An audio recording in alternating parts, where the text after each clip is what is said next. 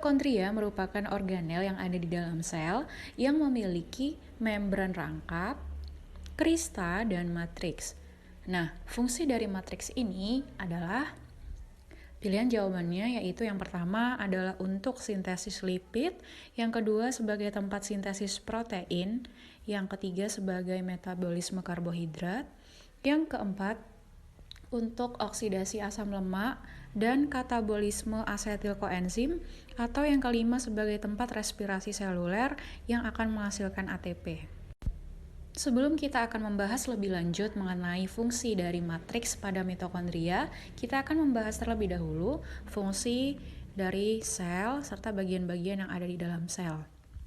Nah, sel itu sendiri merupakan unit dasar pada makhluk hidup, di mana fungsinya adalah sebagai pusat untuk melakukan segala fungsi yang ada di dalam tubuh. Nah, sel itu sendiri memiliki bagian-bagian utama, yaitu yang pertama ada bagian membran, kemudian ada nukleus, dan sitoplasma. Bagian membran sel merupakan bagian yang terluar dari sel yang membatasi isi dari sel dan bagian luar sel.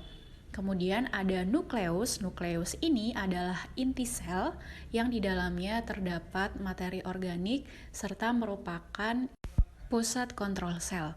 Nah, selanjutnya ada sitoplasma. Sitoplasma ini merupakan cairan yang ada di dalam sel, di mana di dalam sitoplasma ini tersebar berbagai macam organel-organel sel.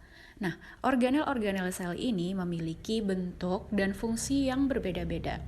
Nah, kali ini kita akan membahas lebih lanjut mengenai salah satu organel sel, yaitu yang disebut dengan mitokondria. Mitokondria merupakan sebuah organel yang berfungsi untuk menghasilkan energi dengan melakukan proses respirasi seluler. Nah, mitokondria ini di dalamnya terdapat DNA, sehingga mitokondria ini dapat melakukan perbanyakan atau dapat melakukan perbanyakan diri secara independen.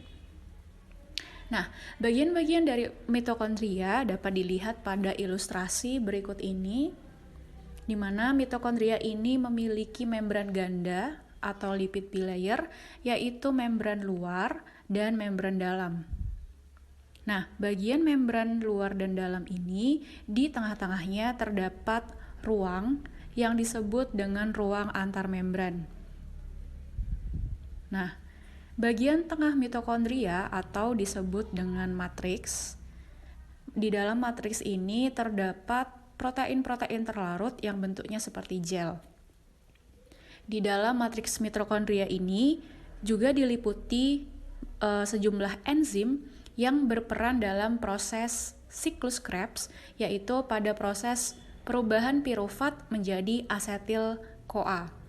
Kemudian di dalam matriks ini juga terdapat DNA yang fungsinya adalah untuk melakukan replikasi atau memperbanyak diri.